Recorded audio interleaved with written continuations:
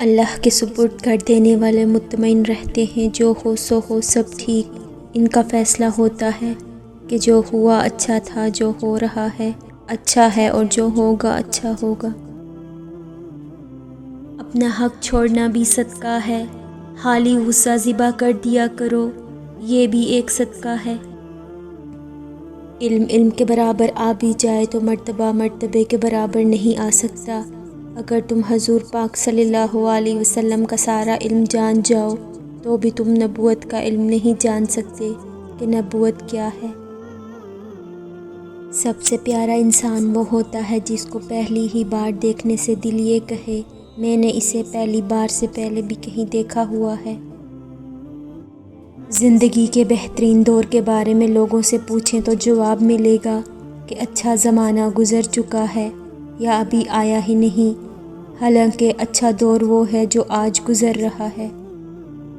آج کے مسلمان کا المیہ یہ ہے کہ اسے خدا سے زیادہ غریب ہونے کا ڈر ہے۔ جس انسان میں ذاتی صفات نہ ہو وہ اپنے لباس سے لے کر اپنے مکان تک اپنی ہر شے کی تعریف چاہتا ہے۔ طاقت جو ہے عاجزی چھین لیتی ہے، عاجزی چھن جائے تو انسان نہیں رہتا۔ غلط ارادے کی کامیابی گناہ ہے اور صحیح ارادے کی ناکامی بھی ثواب ہے۔ اپنے ارادے کی اصلاح کرو۔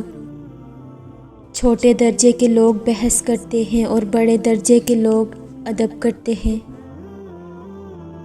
پریشانی سے بچنے کا ایک طریقہ یہ ہے کہ آپ اپنے آپ کو اور اپنی آرزوؤں کو اس اللہ کے حوالے کر دیں جس کے حوالے آپ نے بھی ہو جانا ہے۔ جس نے بن مانگے عطا کیا وہ مانگنے پر کیوں مایوس کرے گا۔ آپ اللہ کی باتوں کو مانتے جائیں، ورنہ اعتراض کرو گے تو محروم ہو جاؤ گے۔ اعتراض شیطان کا مقام ہے۔ اینٹ کا اینٹ سے رابطہ ختم ہو جائے تو دیواریں اپنے ہی بوجھ سے گرنا شروع ہو جاتی ہیں۔ آپ کے سانس گنتی کے مقرر ہو چکے ہیں۔ نہ کوئی حادثہ آپ کو پہلے مار سکتا ہے، نہ کوئی حفاظت آپ کو دیر تک زندہ رکھ سکتی ہے۔ یہ ممکن ہے کہ تمہاری بہت ساری محنتیں ضائع ہو جائیں، لیکن یہ نہیں ہو سکتا کہ بغیر محنت کے آپ کو ملنا شروع ہو جائے۔ غلط ارادے کی کامیابی گناہ ہے اور صحیح ارادے کی ناکامی بھی ثواب ہے۔ اپنے ارادے کی اصلاح کرو۔ خود آپ کسی کی تابعداری نہیں کرتے اور چاہتے یہ ہیں کہ ہر کوئی تابعدار ہو، تو یہ گمراہی ہے۔ مفید چیز مقدار میں بڑھ جائے تو غیر مفید ہو جاتی ہے۔ دوسروں کی مدد کرنے کے لیے ضروری نہیں کہ آپ طاقتور یا بہت امیر ہوں، صرف آپ کا رحم دل ہونا ہی کافی ہے۔ نفس کا یہ طریقہ ہے کہ وہ بار بار گمراہ کرتا ہے، اور آپ کا طریقہ یہ ہو کہ بار بار توبہ کر لیں۔ عقل کو استعمال کرنا دنیا ہے اور دل کو استعمال کرنا دین ہے۔ جب انسان ماں باپ کا خیال رکھنے والا بن جائے تو پھر اس کو دعا مل ہی جاتی ہے۔ اپنے آپ کو کسی بڑے مقصد کے لیے سمجھتے ہو تو چھوٹے جھگڑے بند کر دو۔ چھوٹے جھگڑے یہ وہ ڈر اس کو ہوتا ہے جو اپنے لیے جیتا ہو، جو کسی مقصد کے لیے زندہ ہو اسے کوئی ڈر نہیں۔ سب سے زیادہ بدقسمت وہ بوڑھا ہے جس کو بڑھاپے میں گناہ کی تمنا ہو۔ جوانی میں توبہ شیوہ پیغمبری ہے، بڑھاپے میں گناہ عذاب کے علاوہ کیا ہے۔ اللہ جن پر مہربان ہوتا ہے ان کے حوصلے بڑھا دیتا ہے، برداشت بڑھا دیتا ہے، تکلیفیں کم ہو جاتی ہیں۔ جہاں آپ کی پسند کی زندگی نہ ہو وہاں خاموشی سے گزر جانا یہ بھی اللہ کا شکر ہے۔ اللہ جب کسی کو معاف کرنے کی صلاحیت دیتا ہے تو دراصل اسے یہ اطلاع دیتا ہے کہ میں تمہیں معاف کرنے والا ہوں۔ اگر انسان ایک ہی پتھر سے 2 دفعہ ٹھوکر کھا لے تو اسے اپنی صحیح روی کی ضد سے توبہ کرنی چاہیے۔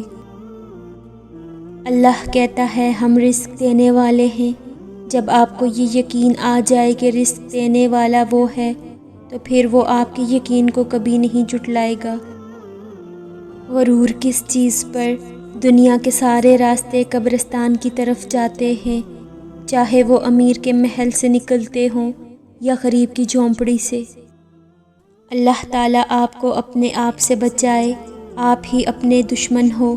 اللہ تعالیٰ ان چیزوں کا شوق نہ دے جو اللہ کے شوق میں رکاوٹ ڈالتی ہیں۔ آپ کے ساتھ اگر کسی انسان نے زیادتی کی ہے تو اس کے دو فیصلے ہیں، یا تم اس کا فیصلہ کر لو یا اللہ کے حوالے کر دو۔ ہم ایک دوسرے کو برداشت کر رہے ہیں، تسلیم نہیں کرتے۔ جس کا اللہ کریم سے رابطہ نہ ہو وہ روح تکلیف میں ہوتی ہے، چاہے جسم کتنی ہی راحت میں ہو۔ جس کا اللہ کے ساتھ رابطہ ہو جائے وہ روح راحت میں ہے، جسم چاہے راحت میں ہو یا نہ ہو۔ غلطی کا احساس اصلاح کی ابتدا ہے۔ غم کو بھی اسی طرح قبول کرو جس طرح خوشی کو کرتے ہو، دونوں ایک ہی مصنف کی لکھی ہوئی ہیں۔ درویش وہ ہے جس کو اللہ کے فیصلوں کا احترام ہو، اور دنیا دار وہ ہے جو اپنی خواہش اور ضرورت کا احترام رکھے۔